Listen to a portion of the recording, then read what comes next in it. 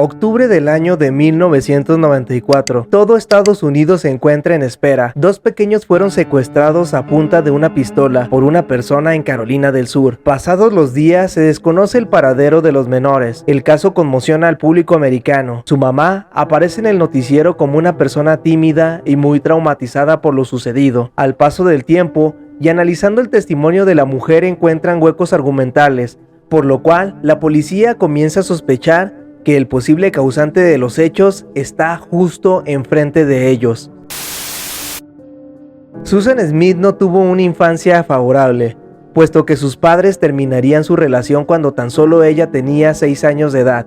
Pasado un tiempo, llegaría la lamentable noticia: su padre se había quitado la vida. Tiempo después, su mamá comenzaría una nueva vida con Beverly Russell, un empresario al cual la economía le brillaba en su negocio. Pero Susan vivía con un trauma, todo debido a lo sucedido con su papá, ya que ella lo interpretaría como un rechazo por parte de él. Mi padre no me quiso, ya que de ser así, no se hubiese quitado la vida, situación que comentaría con sus maestros de escuela. Todo ello daría como resultado que al paso del tiempo Susan entrara en una grave depresión. Llegando a sus 13 años, intentaría dejar este mundo en distintas ocasiones. Pero aquí no terminaría su tormento, ya que su padrastro abusaría de ella a la edad de 15 años. Era una tarde cualquiera, Susan se acomodaría en el regazo de su padrastro tal y como lo haría cualquier niña, para luego quedarse dormida. Pasado un momento se dio cuenta de que una mano comenzaría a toquetearla, para después abusar de ella. A todo esto, Susan, al no saber reaccionar, solo fingió seguir dormida. No dije nada, para saber hasta dónde podría llegar. Susan no se callaría, ya que le explicaría a su madre lo que había pasado. Su mamá se puso frente a su esposo, pero Russell negaría todo. Susan denunciaría los hechos al Departamento de Servicios Sociales, mismos que realizaron una investigación a fondo. Este hecho hizo que Russell tomase sus cosas para retirarse de su casa por una temporada. Tiempo después volvería a verse de nueva cuenta durante las terapias que tomaron en familia.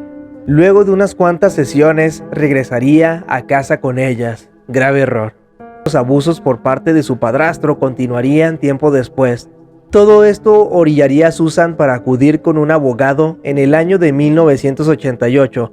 La adolescente reveló ante un psiquiatra que los abusos eran en realidad parte de una supuesta aventura romántica que ella había creado celosa por las atenciones que su padrastro tenía con su madre.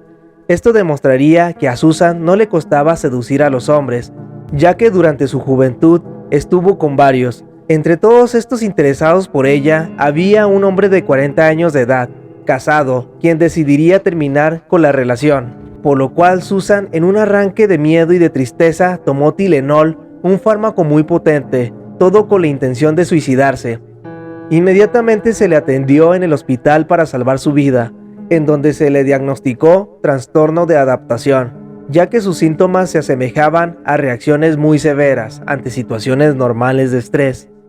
Muy a pesar de ello, Susan era una persona muy destacada en sus estudios, perteneciendo a una sociedad de alumnos brillantes de Estados Unidos, Puerto Rico y Canadá. Sus compañeros la conocían como una chica agradable. Susan siempre buscó por encima de todo mucho amor, atención, mismo que encontraría en cantidades con su primer esposo David. David era conocido por ser una persona muy amable y trabajadora, pero con sus debidos traumas. Él creció en una familia demasiado religiosa, sufriendo de una gran marginación cuando era niño, ya que solo se le permitía convivir y socializar con niños que eran elegidos por sus padres, por lo cual David encontraría una alma gemela cuando conoció a Susan, pero jamás imaginaría que esto sería el comienzo de una historia de terror. A los 20 años Susan se daría cuenta de que estaba embarazada, por lo cual se casaría con David. Cabe señalar que tan solo tenían menos de un año saliendo como novios. 11 días antes de la boda, el hermano de David fallecería y su padrastro intentaría suicidarse. Esto daría como consecuencia que los primeros meses de matrimonio serían muy tristes, llenos de miedo. Hay una frase que dice rancho pequeño, infierno grande, ya que se rumoraba que Susan le era infiel a su esposo, por lo cual David, en modo de venganza, hizo lo mismo. provocando que su relación se diera a tiempos de separación. Todo esto iría empeorando, pero tan solo era la punta del iceberg, ya que Susan se daría cuenta de que estaba de nueva cuenta embarazada. A su primer hijo lo llamaría Michael y al segundo Alex. Esto calmaría un poco las aguas. Luego de que terminara su permiso de maternidad, Susan comenzaría a trabajar en una industria textil, pero no tardaría mucho tiempo en volver a las andadas, comenzando a salir con Jeff Thomas Freddie. David se daría cuenta del amorío de su esposa, terminando por enfrentar a Tom. Esto sería la apertura para que éste solicitase el divorcio. Tras la separación, Susan continuaría una relación con Tom, quien era hijo del dueño de la industria. Al parecer, Tom era una buena persona, dándole la mano a Susan para atender a sus dos hijos. Llegaría la paz y la tranquilidad a la familia, pero cambiaría drásticamente un 25 de octubre a la llegada de una carta con dirección a Susan. Esta carta era escrita y firmada por Tom, en donde decía que ya no quería tener ninguna relación con ella, ni con sus hijos, no solo porque era la madre de los hijos de otro hombre, sino por su tendencia de coquetear con otros hombres. En la carta se despedía de la siguiente manera: si quieres relacionarte con un buen hombre como yo, te recomiendo que te comportes como una buena chica. Y una buena chica debería saberlo, no se acuesta con hombres casados. Todo lo anterior haciendo alusión a una fiesta celebrada días antes en donde Susan había conversado con el marido de su amiga. Después de lo sucedido, Susan acudió inmediatamente para hablar de frente con Tom, en donde le confesaría los abusos por parte de su padrastro cuando era una menor, pidiendo que le tuviese paciencia. Luego de que esta confesión no diera los resultados que ella esperaba, le diría a Tom que se había acostado con su padre. Esta confesión no le causaría ninguna gracia a Tom, pero guardó la calma, pidiéndole que se marchase, que ya no quería volver a saber nada de ella. A las 3:30 de la tarde, Susan recogería de la guardería a sus dos hijos, Michael de 3 años y Alex de 14 meses.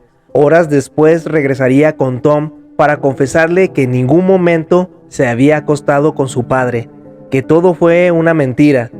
Tom llamaría a la seguridad de la industria y los agentes escoltarían a Susan hasta las afueras de la fábrica.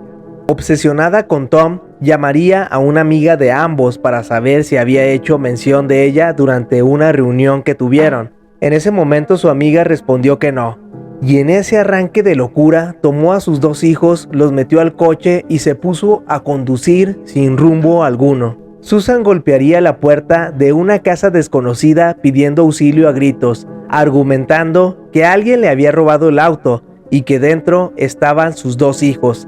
La familia que le abrió la puerta sin dudarlo llamó al servicio de emergencia y de la mano llegaría el FBI. Cuando las autoridades arribaron, Susan contaría una historia que parecía sacada de una película de horror, comentando que se había detenido en la carretera 49, cerca de una zona industrial. Luego, un hombre afroamericano armado entraría al automóvil.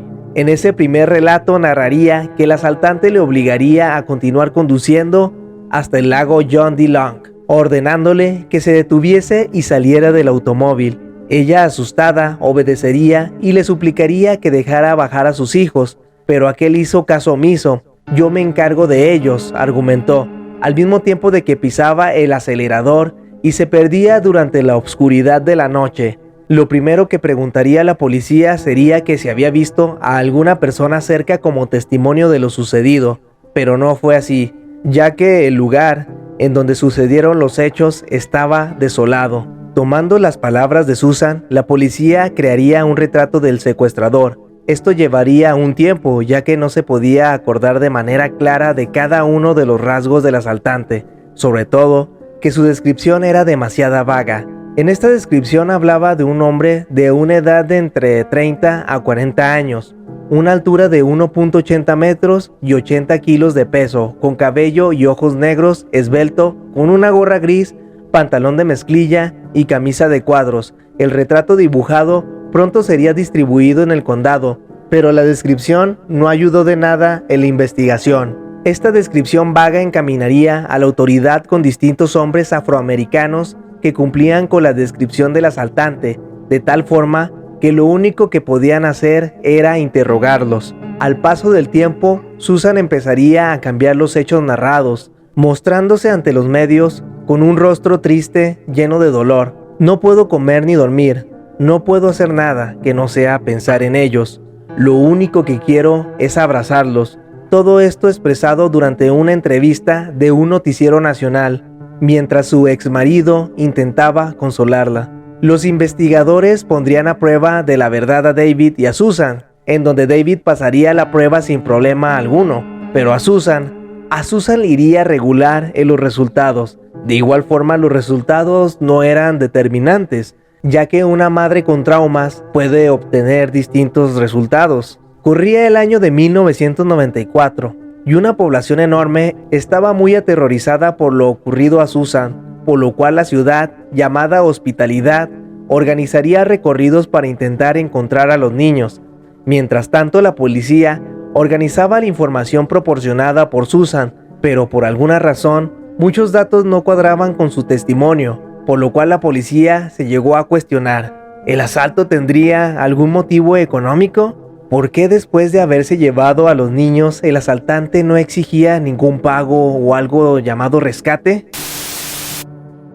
El 3 de noviembre del mismo año llegó a oídos de Susan que la policía la encontraba como principal sospechosa de lo sucedido. Me duele saber que hay quien me acusa de ser la persona que ha hecho daño a mis pequeños. El instinto natural de una madre para sus hijos es protegerlos de cualquier daño, declarándolo con una voz monótona, como si esto lo hubiese ensayado, añadiendo: Michael y Alex, los quiero mucho y cuando regresen los vamos a recibir con una fiesta espectacular. A Susan y a David se les invitaría a diferentes noticieros a dar testimonios, y en una de tantas entrevistas, los detectives encontraron algo muy aterrador.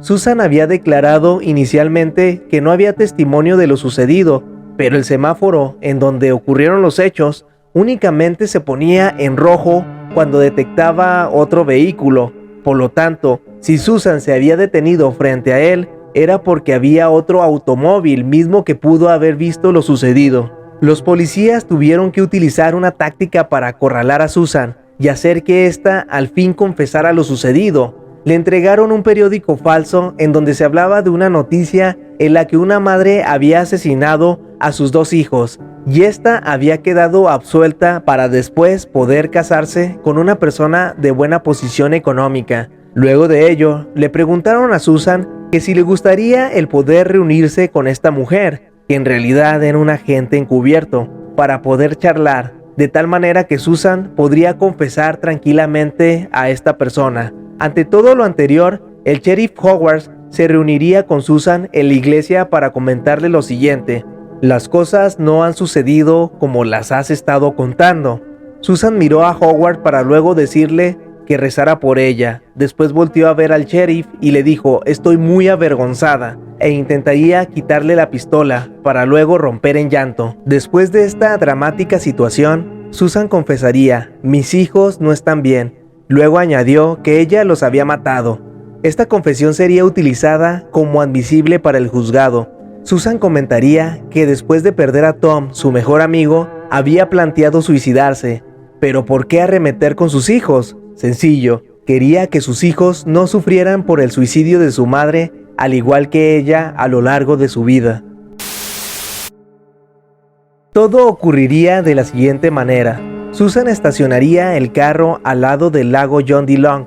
Posterior a esto, quitó el freno de mano y simplemente esperó. Por un momento la pensó mejor y quiso poner de nueva cuenta el freno. Bajó la ventanilla del coche y salió. Sus 2 hijos se quedaron adentro. Dejó que el auto se moviese hasta llegar al agua y este poco a poco se hundiese para después echarse a correr.